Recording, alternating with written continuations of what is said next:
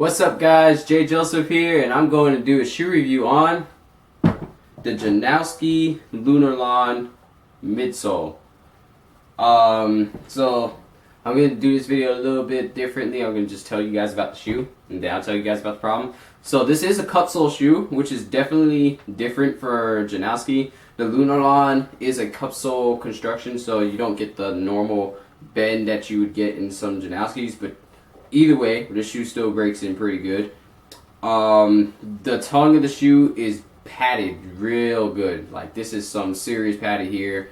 It doesn't like move over to one side like a normal shoe would do, because the tongue of the shoe is really big. Let me see if I can show you guys real quick. Yeah, this is the tongue of the shoe. That is huge. So it doesn't just shift to one side because the tongue is so huge. That would just be weird. What else about the shoe? This is an all suede shoe. Well, this is majority suede except for on the midsole part itself, but who cares if that's suede or not. This is made to protect your heels, your ankles. I mean, yeah, this is made to protect your ankles. So this is definitely padded down. This is like the best thing ever for a shoe. I love when shoes do this because the board comes right here and you don't have any type of protection there. It's just straight pain. But when you have this here, it's just like half the pain is gone. I ain't gonna lie, it's still gonna hurt, but half the pain is gone.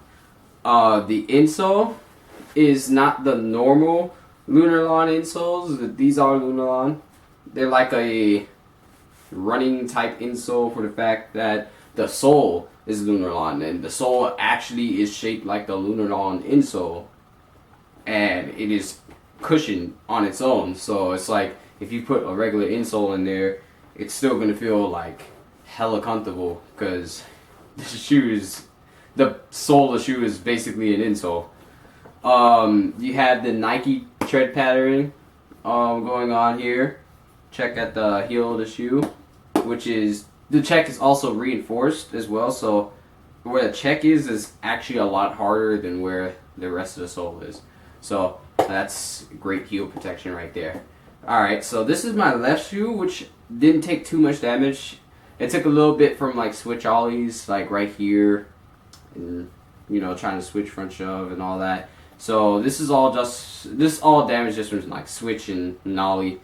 Probably mostly coming from nollie for the fact that I do a little bit more nollie tricks. But I was trying to switch heel and trying to switch flip in these. I just couldn't like get it to work out. So this stayed basically untouched. The sole of the shoe, however, was shaving down. But this is going to actually take a very long time to happen. Well, I'm not going to... Okay, this is going to take a long time to happen compared to most shoes because of the treading, how the treading works. It's actually a lot. It actually starts off as deep as this. So the fact that it's shaved down to this, and I've been skating these shoes for a good 4 or 5 months. Yeah, these shoes are real good. And we move on to my left shoe because I'm regular. I will always say that in these videos so you guys get a bigger picture of why one shoe is more damaged than the other. My left shoe, I did shave at the fox signing. This is normally where my shoe rips. This fox signing right here.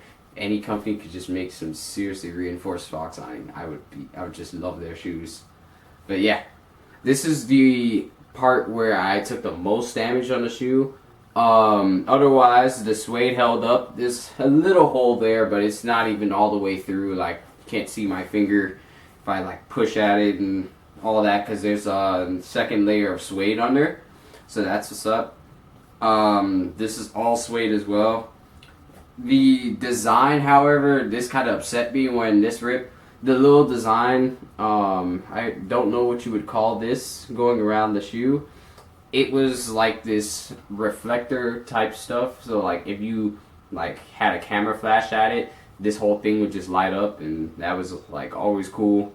If you guys like look at the picture I posted on Instagram at JaySkateDay, where it's like the wheel of shoes or whatever, if you look at Nujayed's or Nigel's, you'll see what I'm talking about. It's real nice. What else? The shoe laces I didn't quite like as much as I like flat laces. These also held up pretty well. The round laces, it just seems like it would be a lot easier to tear at them like this, but you know, it's not bad.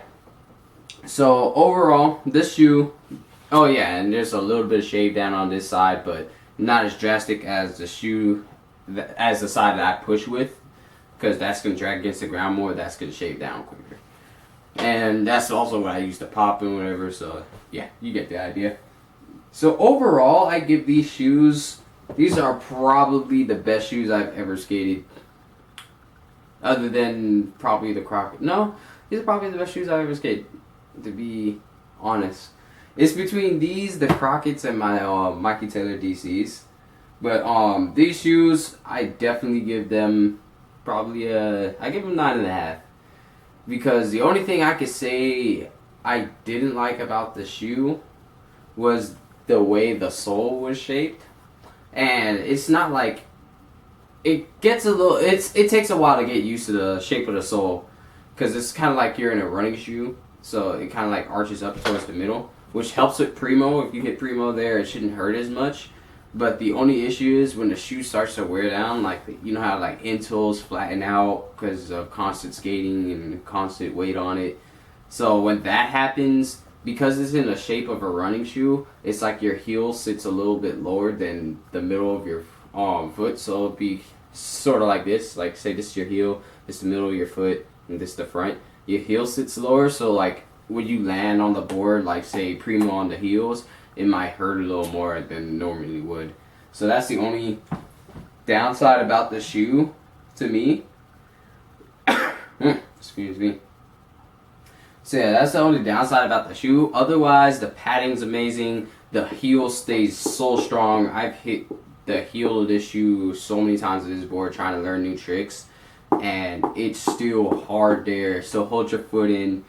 The shoe takes a little bit longer to break in than a vulcanized shoe because it is cup sole. But when these shoes are broken in, it's kind of hard to tell that these are even cup sole. It's a really good shoe. The impact on these is great. I was able to skate gap skin in these. I was able to learn new tricks. These shoes are probably one of the most ideal shoes to skate other than the vulcanized Janoskis and I would say the Nike SB Freeze, but I haven't tried those out. But otherwise, I give these shoes a 9.5. These shoes are amazing. I highly recommend these shoes if you're trying to skate Nike. These shoes have heel protection. They have tongue, like padded tongue for protection at the top. The heels of the shoe and all that is really good, probably till like you start wearing down the insole. And with that, all you have to do is replace the insole. So yeah, these shoes, really good shoe. I highly recommend these. These are the Janoski midsole Lunarlon, the Lunarlon Janoski midsole. Definitely recommend these. Shoes are great. Like, share, comment, and subscribe for more videos like this. I know you guys are really liking the shoe reviews that I'm doing, so I'm gonna keep at these. Recommend some shoes for me to skate when I put a post on Instagram saying, oh yeah, let me try out a new shoe. Otherwise, shoes are amazing. I love them. These are cup sole shoe, my type of shoe. Definitely go buy these. These are the Lunarlon Janoski midsole. Peace.